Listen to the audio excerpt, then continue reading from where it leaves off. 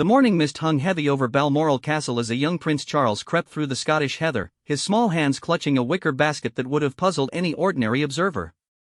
At barely 10 years old, he was already following a routine that would define his approach to health and wellness for the rest of his life. This was not the typical morning walk of a royal child, but rather the beginning of an education in unconventional healing practices that his father, Prince Philip, had quietly been implementing within the royal household for years. Prince Philip stood nearby, his weathered hands pointing toward various plants that most people would consider nothing more than garden weeds. "That one there, Charles," Philip said in his characteristic direct manner, indicating a patch of what appeared to be dandelions. "Your great-grandmother Queen Mary used to eat these during the war. Not because she had to, but because she knew something most people have forgotten." The young prince dutifully plucked the yellow flowers, their bitter scent filling his nostrils as his father continued the lesson that would shape decades of his future health practices.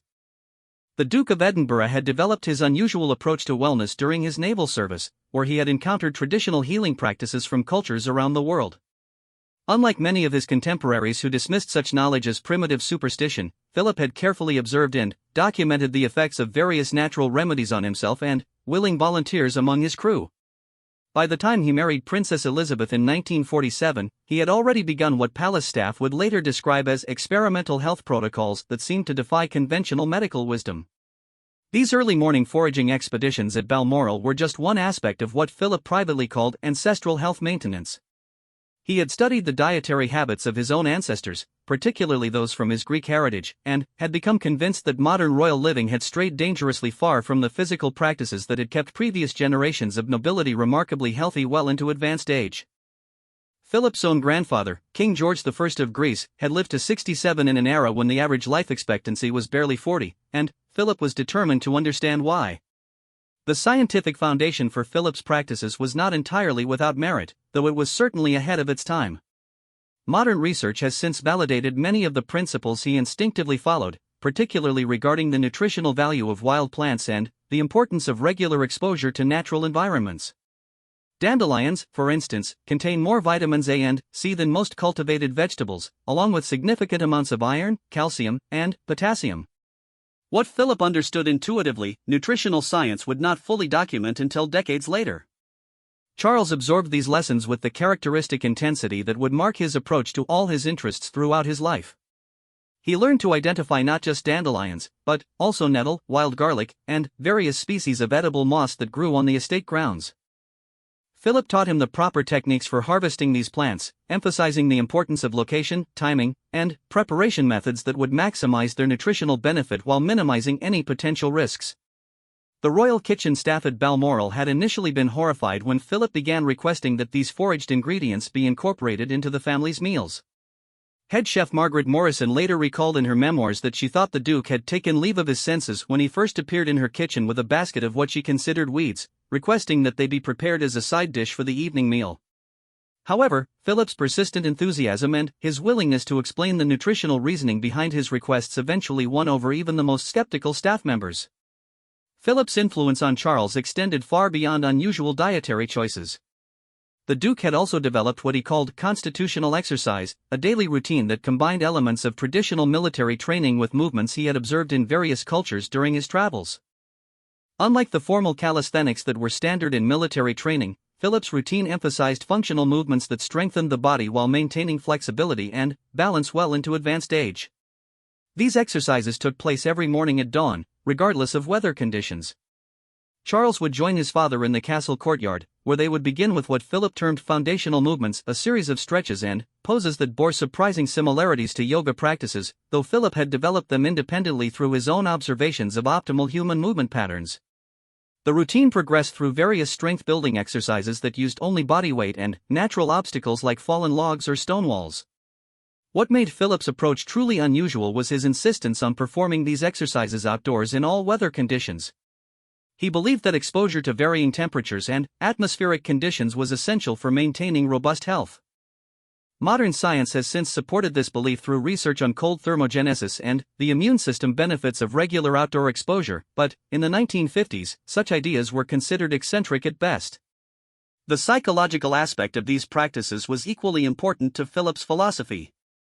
He had observed that many members of the royal family seemed to suffer from what he privately termed palace syndrome, a combination of physical softness and mental fragility that came from being too protected from the natural challenges that strengthened both body and character. Philip was determined that his son would not fall victim to this pattern. Charles's education in these practices was not limited to the Scottish Highlands. During the family's travels, Philip would seek out local practitioners of traditional medicine and healing arts, often arranging private consultations that would have shocked the public had they been aware of them. In Greece, Charles learned about the Mediterranean diet from village elders who had maintained their health and vitality well into their 90s. In India, he observed Ayurvedic practitioners whose diagnostic techniques seemed to detect health problems years before conventional medicine would identify them. These experiences profoundly shaped Charles's worldview regarding health and healing. He began to see conventional medicine as just one tool among many, rather than the only valid approach to maintaining wellness. This perspective would later lead to significant controversy when he became an adult and began publicly advocating for complementary and alternative medicine approaches. The servants and staff who observed these unconventional practices had mixed reactions. Some were genuinely concerned about the safety of consuming wild plants and exercising in harsh weather conditions. Others were intrigued by the obvious energy and vitality that both Philip and Charles displayed compared to other royal family members who followed more conventional routines.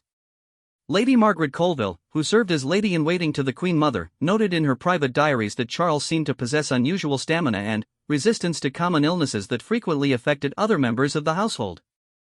Philip's approach to health education extended beyond physical practices to include what he called mental conditioning. He believed that true wellness required not just physical strength but also mental resilience and emotional stability. Charles was taught meditation techniques that Philip had learned from various traditions, adapted to fit within the constraints of royal protocol. These sessions typically took place in the early evening, often in the castle's library or in Philip's private study. The meditation practices that Philip taught were deliberately simple and practical, designed to be useful in the high-stress situations that royal life inevitably presented. Charles learned breathing techniques that could calm anxiety within minutes, visualization methods for maintaining focus during long public appearances, and mental exercises for processing the emotional challenges of living constantly in the public eye. As Charles grew older, he began to understand that his father's health practices were not merely personal preferences but part of a larger philosophy about how human beings should live in relationship to the natural world.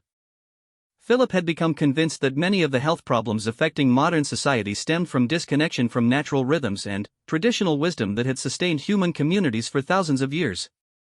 This philosophical foundation would prove crucial in shaping Charles's later advocacy for environmental conservation and sustainable agriculture.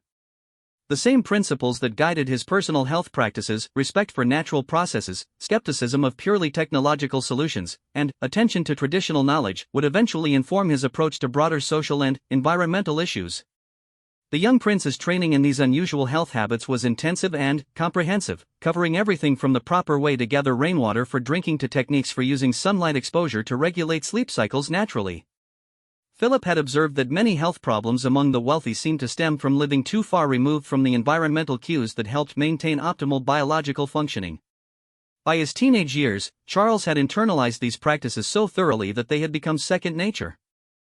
Staff members noted that he seemed to possess an intuitive understanding of his own body's needs and an unusual ability to maintain energy and focus during demanding schedules. These qualities would prove invaluable as he took on increasing royal responsibilities and faced the unique stresses of public life. The foundation that Philip laid during these formative years would influence Charles for the rest of his life, shaping not only his personal health practices but also his approach to leadership and his vision for how society might address modern health challenges.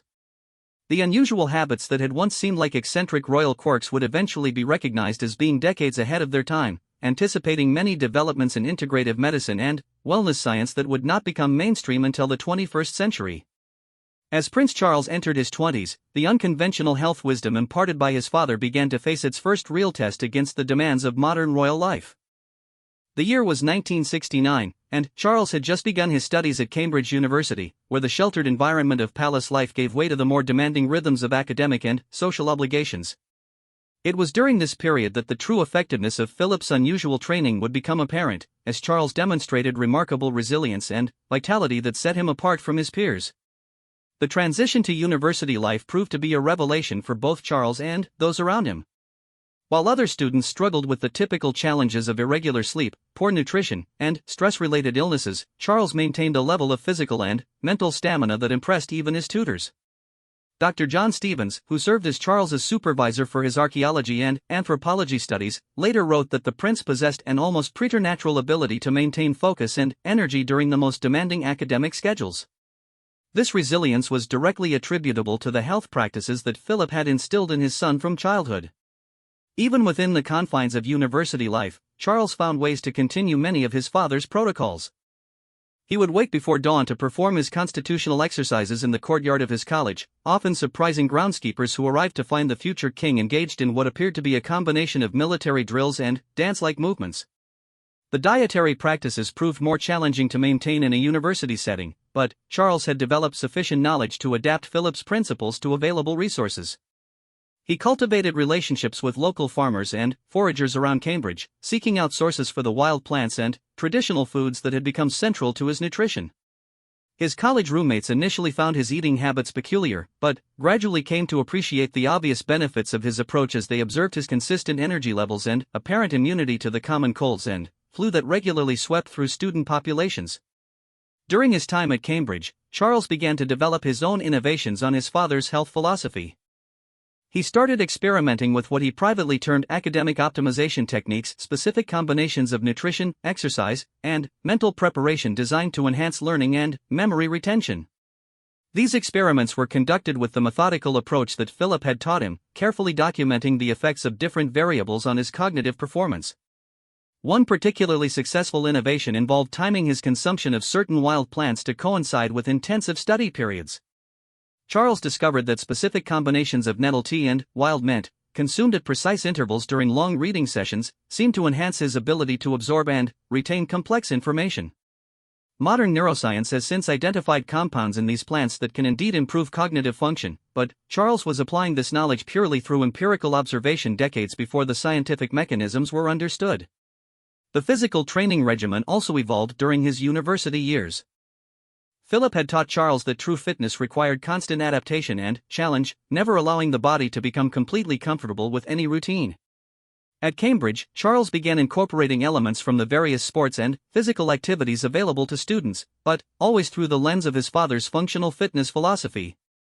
Traditional sports like rowing and rugby were approached not as competitive pursuits but as tools for developing specific physical capabilities that supported overall health and resilience.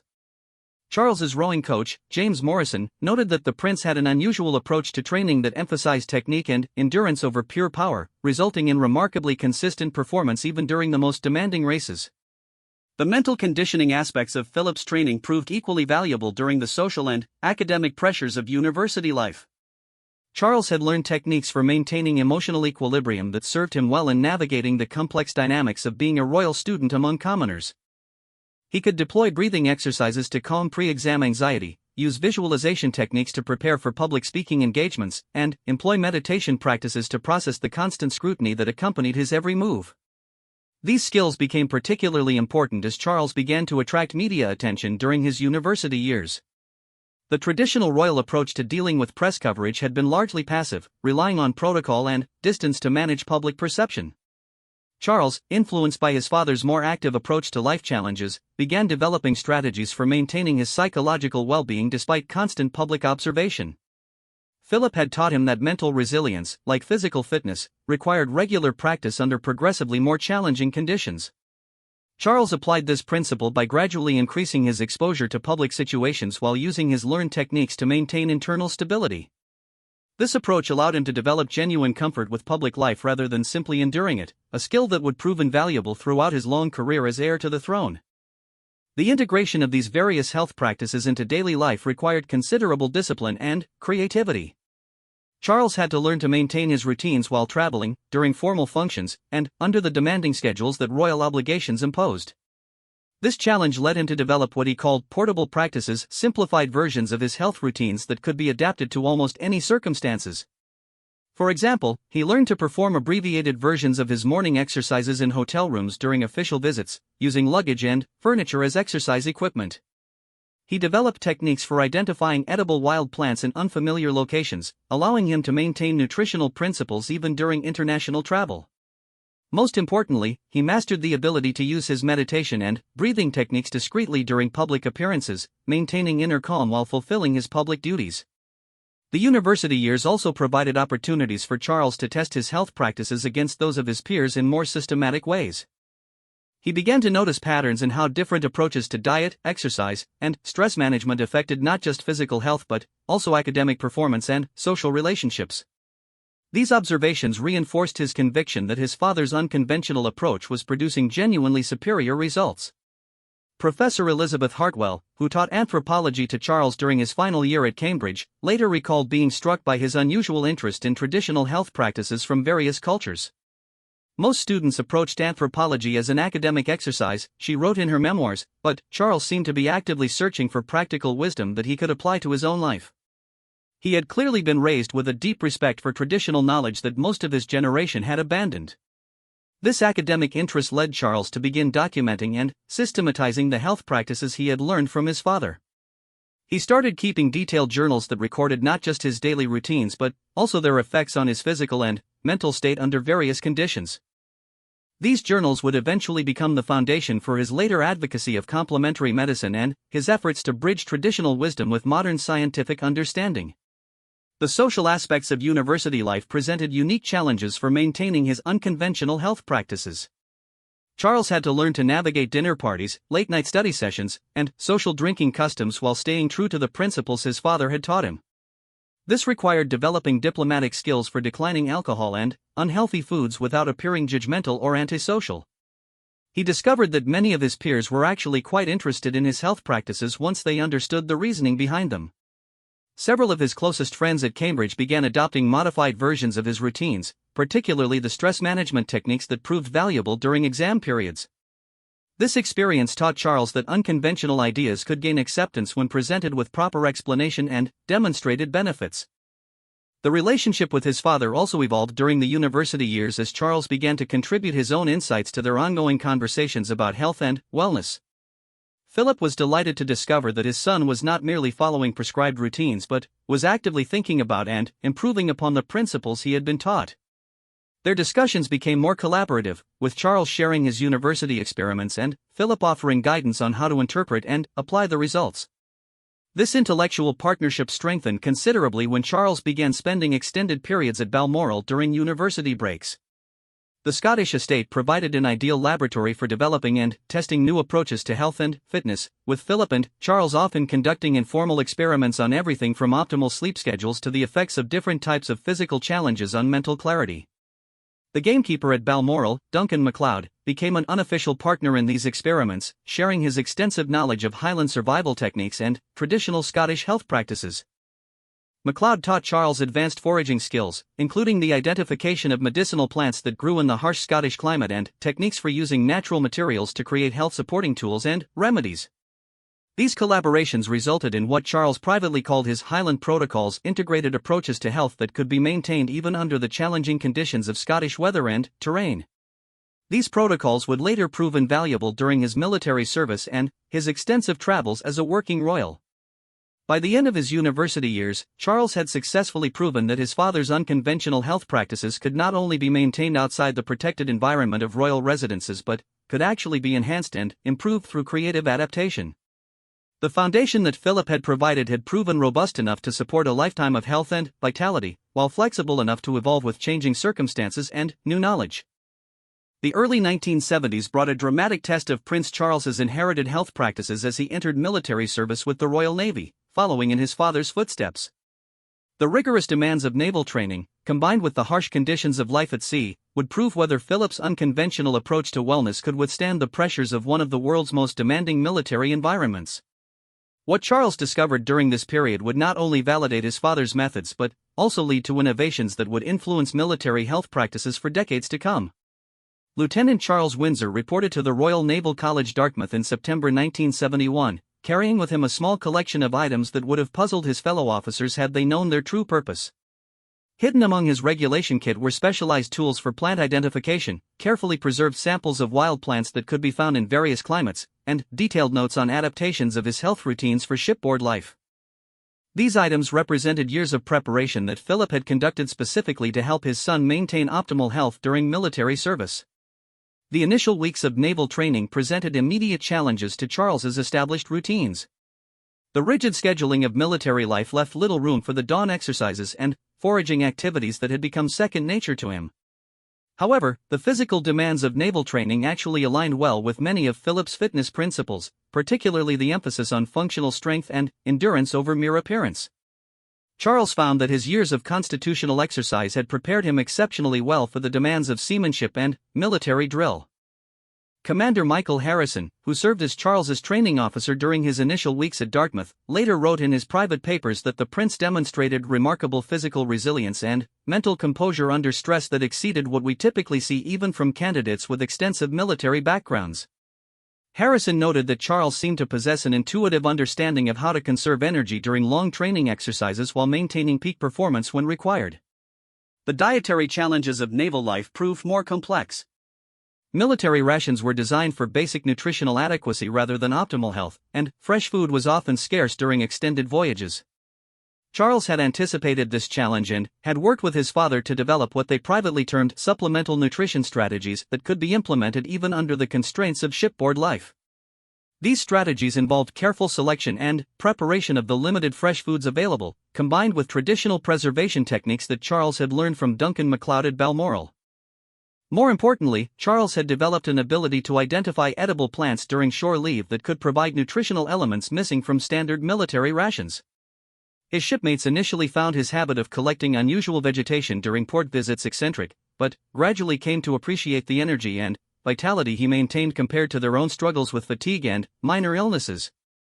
The confined environment of naval vessels presented unique opportunities for Charles to refine the psychological techniques his father had taught him. The stress of life at sea, combined with the close quarters and hierarchical pressures of military service, created conditions that tested every aspect of his mental conditioning.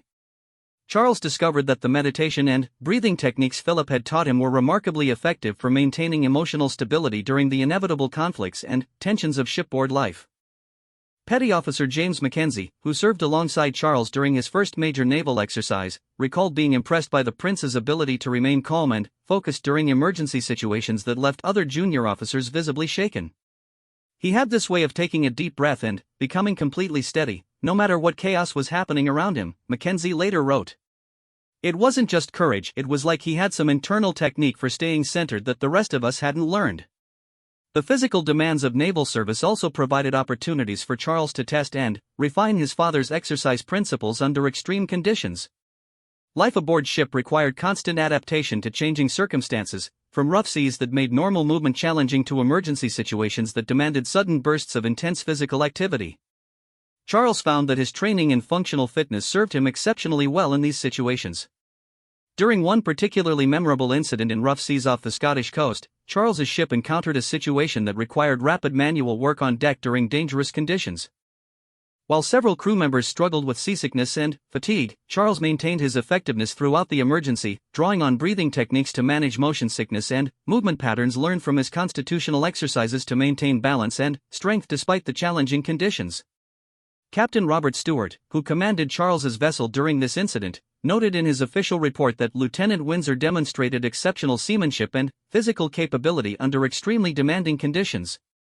Privately, Stewart wrote to a colleague that he had never seen a junior officer maintain such consistent performance during extended emergency operations. The intellectual aspects of Philip's health philosophy also proved valuable during naval service. Charles had been taught to approach challenges systematically, carefully observing cause and effect relationships and adapting his responses based on empirical results. This approach served him well in mastering the complex technical skills required for modern naval operations, from navigation to communications to weapons systems. Lieutenant Commander Sarah Phillips, who instructed Charles in naval communications, later recalled that he had an unusual ability to maintain focus and accuracy during long, demanding training sessions. Most students would show declining performance after several hours of intensive technical work, she wrote, but Charles seemed to maintain the same level of precision throughout extended training periods. He clearly had some method for managing mental fatigue that went beyond what we typically taught. The social dynamics of military service presented interesting challenges for maintaining his health practices while building the camaraderie essential for effective military operations. Charles had to find ways to adapt his routines that would not alienate him from his fellow officers while still maintaining the principles his father had taught him. This required considerable creativity and diplomacy. One successful adaptation involved sharing modified versions of his stress management techniques with fellow officers who were struggling with the pressures of naval training. Charles discovered that many of the breathing and mental preparation techniques he had learned could be taught quickly and used effectively by others, leading to informal training sessions that actually strengthened rather than weakened his relationships with his peers. These teaching experiences revealed an unexpected aspect of Philip's health philosophy that Charles had not fully appreciated before. The practices his father had taught him were not merely personal techniques but represented a systematic approach to human optimization that could benefit others when properly adapted and communicated. This realization would later influence Charles's public advocacy for complementary medicine and wellness practices. The international aspects of naval service provided opportunities for Charles to observe and learn from health practices in other cultures, continuing the education in traditional medicine that Philip had begun during his childhood. During port visits to Mediterranean countries, Charles sought out local practitioners of traditional healing arts, often finding surprising connections to the principles his father had taught him. In Greece, he encountered village elders who maintained their health through combinations of diet, exercise, and herbal medicine that showed remarkable similarities to his own practices. In Malta, he learned about traditional Mediterranean approaches to nutrition that validated many of Philip's dietary principles. These experiences reinforced his conviction that his father's seemingly eccentric ideas were actually based on universal principles of human health that transcended cultural boundaries. The documentation of these experiences became an important part of Charles's ongoing education in health and wellness. He maintained detailed journals throughout his naval service, recording not just his own experiences but also his observations of how different approaches to health and fitness affected the performance and well-being of his fellow service members. These journals revealed patterns that would later inform his understanding of how lifestyle factors affected not just individual health but also organizational effectiveness. Charles noticed that units with higher levels of physical fitness and better stress management skills consistently outperformed others in both training exercises and operational situations. This observation would later influence his advocacy for incorporating wellness practices into institutional settings. The culmination of Charles's naval service came during an extended deployment that tested every aspect of his inherited health practices under the most challenging conditions possible. The deployment lasted several months and involved demanding operational duties under stressful conditions with limited resources and constant pressure. Charles not only maintained his own health and effectiveness throughout this period but also emerged with enhanced confidence in the principles his father had taught him. Commander David Thompson, who served as Charles's direct superior during this deployment, noted in his final evaluation that the prince had demonstrated exceptional leadership potential and personal resilience under demanding operational conditions. Thompson privately wrote that Charles possessed unusual physical and mental stamina that enabled consistently high performance throughout extended periods of stress and challenge. The successful completion of naval service marked a crucial milestone in Charles's development as both an individual and a future monarch. The military environment had provided the ultimate test of whether his father's unconventional health practices could withstand real-world pressures and contribute to actual performance under challenging conditions. The results exceeded even Philip's expectations and established a foundation of confidence that would support Charles throughout his subsequent decades of public service. The relationships formed during naval service also provided Charles with a network of peers who had observed firsthand the effectiveness of his approach to health and wellness. Many of these relationships would continue throughout his life, creating informal channels through which his health philosophy would influence military and civilian organizations long after his own active service ended. By the conclusion of his naval career, Charles had not only proven the effectiveness of his inherited health practices but had also begun to develop his own innovations and applications of the principles Philip had taught him. The foundation was now in place for the next phase of his life, where these private practices would begin to have public implications as he took on increasing responsibilities as heir to the throne. The 1980s marked a pivotal transformation in Prince Charles's relationship with his inherited health practices as he began to assume greater public responsibilities and faced the intense scrutiny that came with his marriage to Lady Diana Spencer. During this period, the private wellness techniques that Philip had taught him would be tested against the unique pressures of modern royal life, while simultaneously beginning to influence public discourse about health and healing in ways that would prove both controversial and transformative. The wedding of Charles and Diana in July 1981 created unprecedented levels of global media attention that placed extraordinary stress on both participants. For Charles, this period represented the ultimate test of the mental conditioning techniques his father had taught him. The elaborate preparations for the ceremony, combined with the pressure of worldwide scrutiny, created conditions that would have overwhelmed anyone without sophisticated stress management capabilities. Lady Diana's personal secretary, Anne Beckwith Smith, later wrote in her memoirs about her observations of Charles during the intense preparation period leading up to the wedding. She noted that while Diana struggled visibly with the pressures of constant public attention, Charles seemed to possess an almost supernatural ability to remain calm and focused despite the circus surrounding them. Beckwith Smith observed Charles using what appeared to be breathing techniques during particularly stressful moments, often stepping aside briefly to engage in exercises that restored his composure within minutes. The early years of marriage presented new challenges for maintaining his health practices within the context of joint royal duties and family life. Charles had to adapt his routines to accommodate Diana's preferences and schedules while also managing the additional responsibilities that came with being part of a royal couple rather than an individual heir. This required considerable creativity and compromise, leading to innovations in how his practices could be integrated into shared domestic life. One particularly successful adaptation involved the gardens at Highgrove House, which Charles transformed into a living laboratory for the nutritional principles his father had taught him. Working with organic gardening expert David Howard, Charles created extensive plantings of edible and medicinal plants that allowed him to maintain his foraging practices within a more controlled and accessible environment. The Highgrove Gardens became a testament to the practical application of Philip's health philosophy, featuring carefully designed sections that provided year-round sources of the wild plants and traditional foods that remained central to Charles's nutrition. More importantly, the gardens served as a teaching tool where Charles could demonstrate to visitors the connections between traditional agricultural practices and optimal human health. Dr. Patrick Halford, a nutritional therapist who consulted on the Highgrove project, later wrote about his surprise at the depth of Charles's knowledge regarding the medicinal properties of various plants. Most people, including many physicians, have only superficial awareness of how food affects health, Halford noted. Charles had clearly been educated in principles that medical schools don't typically teach, and he understood connections between nutrition and wellness that were quite sophisticated. The physical exercise routines that Philip had taught also evolved during this period as Charles dealt with the changing demands of royal life. The dawn constitutional exercises continued, but were modified to work within the security constraints and scheduling demands of being a senior working royal. Charles developed what his protection officers privately called mobile fitness protocols that could be adapted to almost any location or time constraint. Inspector Gerald Davies, who served as Charles's protection officer during much of the 1980s, recalled being initially puzzled by the prince's insistence on maintaining his exercise routines regardless of travel schedules or weather conditions. He would find ways to continue his physical training in hotel rooms, airport lounges, or any available outdoor space, Davies wrote. At first I thought it was just royal eccentricity, but over time I realized that these practices were essential to his ability to maintain energy and focus during the demanding schedules we maintained.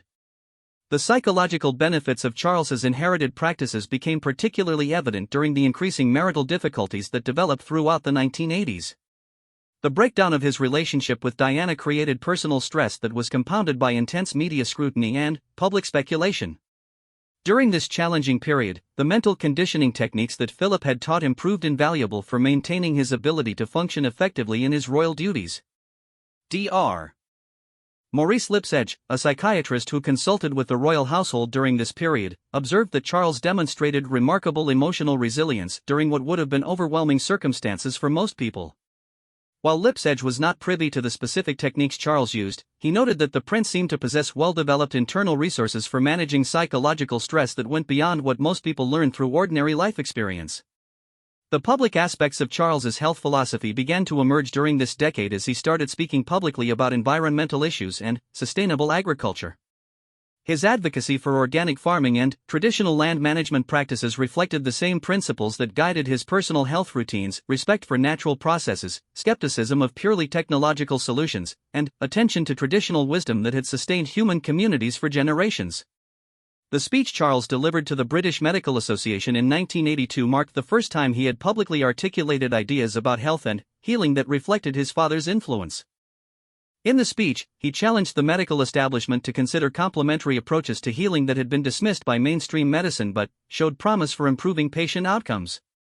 Modern medicine has achieved remarkable things, Charles stated, but perhaps we have become too quick to dismiss traditional approaches that sustained human health for centuries before modern technology existed.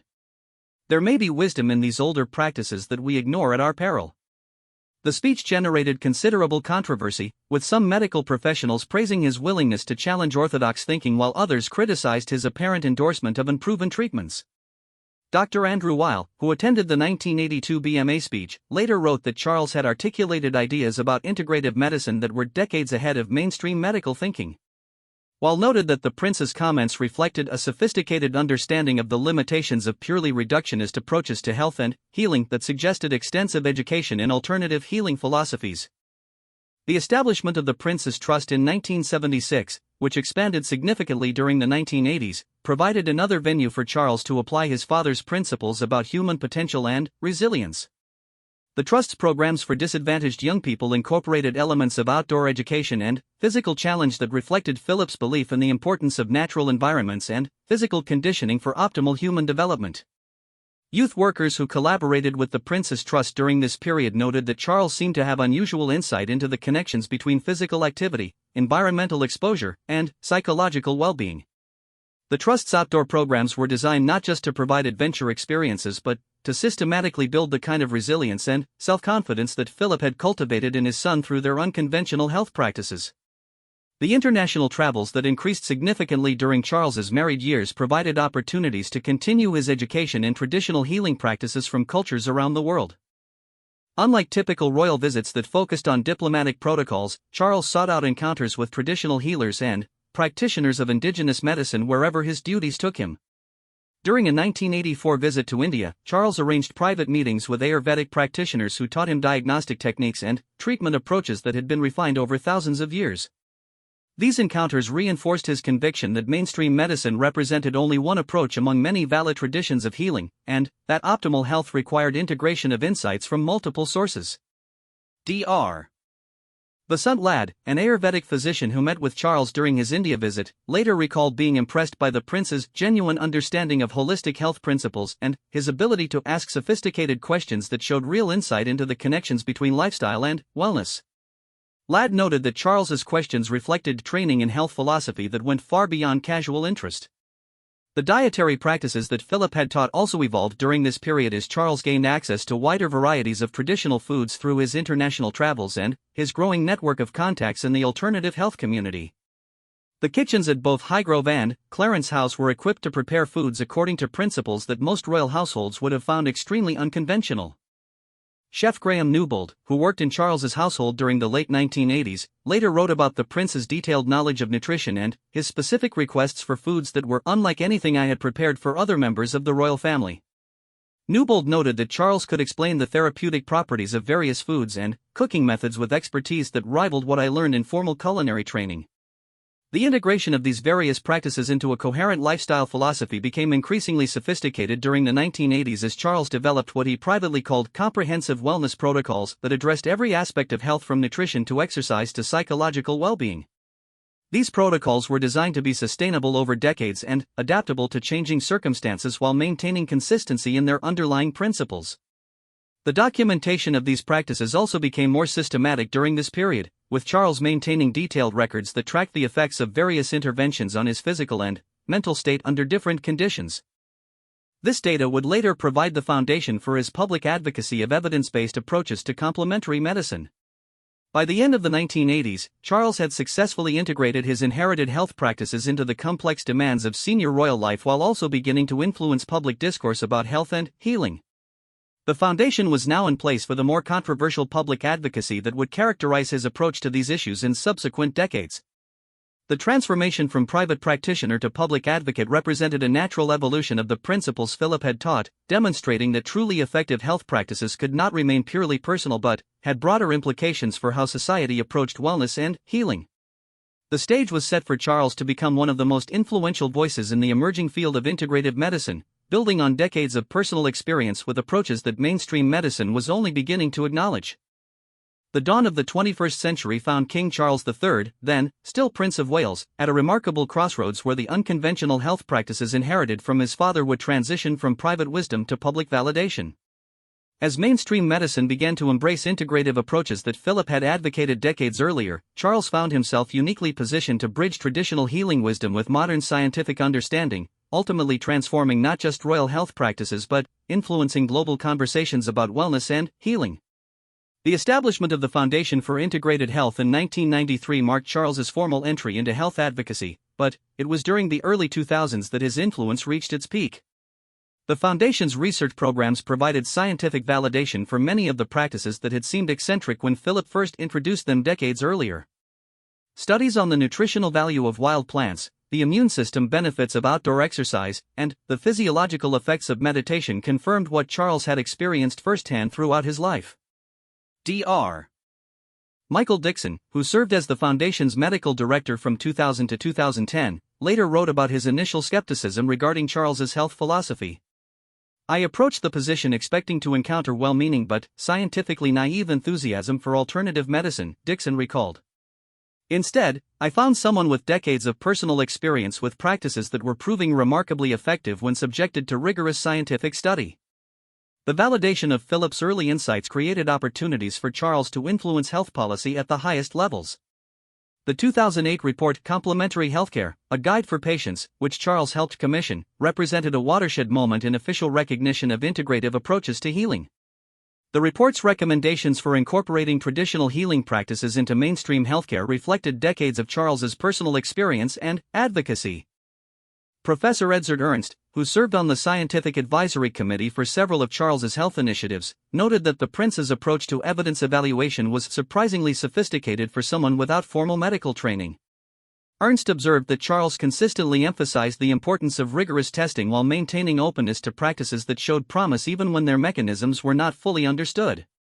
The gardens at Highgrove had evolved by this time into an internationally recognized center for sustainable agriculture and medicinal plant cultivation. The property hosted researchers from universities around the world who came to study the practical applications of traditional farming methods that Charles had implemented based on principles his father had taught him about the connections between soil health and human nutrition. Dr. Caroline Leaf, a botanist who conducted extensive research at Highgrove during the 2000s, wrote about the extraordinary diversity of medicinal plants that Charles had cultivated over decades. Leaf noted that the gardens contained one of the most comprehensive collections of traditional healing plants in Europe, with many specimens that Charles had personally collected during his travels or grown from seeds provided by traditional healers he had encountered around the world. The physical fitness routines that Philip had taught continued to serve Charles well as he aged, providing a striking contrast to the typical health challenges faced by people in their 60s and 70s. Royal physicians who conducted Charles's regular medical examinations consistently noted his exceptional cardiovascular health, bone density, and mental acuity compared to age-matched peers. Dr. Peter Fisher, who served as one of Charles's personal physicians for over 2 decades, wrote about the prince's remarkable biological age compared to his chronological age. Fisher noted that Charles consistently demonstrated health markers more typical of someone 15 to 20 years younger, which Fisher attributed to decades of consistent application of sophisticated wellness practices. The psychological resilience that had sustained Charles through previous decades proved particularly valuable during the final years of his mother's reign, when he took on increasing responsibilities while managing the complex emotions surrounding the impending transition to kingship. The mental conditioning techniques Philip had taught him enabled him to maintain focus and effectiveness during this challenging period. Lady Sarah McCorquodale, who observed Charles closely during the final years of Queen Elizabeth's life, later wrote about his extraordinary composure and clarity of thought during what would have been overwhelming circumstances for most people. McCorquodale noted that Charles seemed to possess internal resources for managing stress and uncertainty that enabled him to provide stability for others during turbulent times. The succession to the throne in 2022 represented the ultimate test of whether Philip's health philosophy could sustain someone through the immense pressures of monarchy. At age 73, Charles became king during a period of significant national and international challenges that would have tested even much younger leaders. His ability to maintain energy, focus, and emotional stability during this transition surprised many observers who had expected age-related limitations to affect his performance. Archbishop Justin Welby, who officiated at Charles's coronation, later commented on the new king's remarkable vitality and presence of mind during the elaborate ceremony and the intensive preparations leading up to it. Welby noted that Charles demonstrated energy and attention to detail that exceeded what we typically see from people decades younger. The public revelation of Charles's cancer diagnosis in early 2024 provided a unique opportunity to observe how his inherited health practices influenced his approach to serious illness. Rather than relying exclusively on conventional medical treatment, Charles worked with his physicians to integrate traditional healing approaches that aligned with the principles his father had taught him. The treatment protocol that Charles followed combined cutting-edge medical interventions with nutritional strategies, stress management techniques, and physical rehabilitation methods that reflected decades of experience with holistic approaches to health.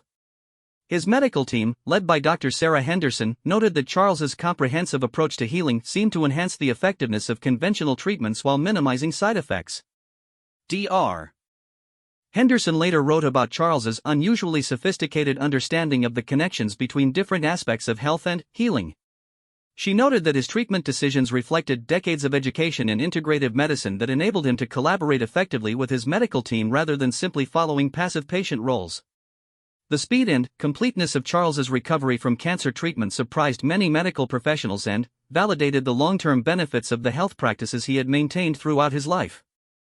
His return to full royal duties within months of his diagnosis demonstrated resilience that exceeded typical expectations for someone his age facing similar health challenges.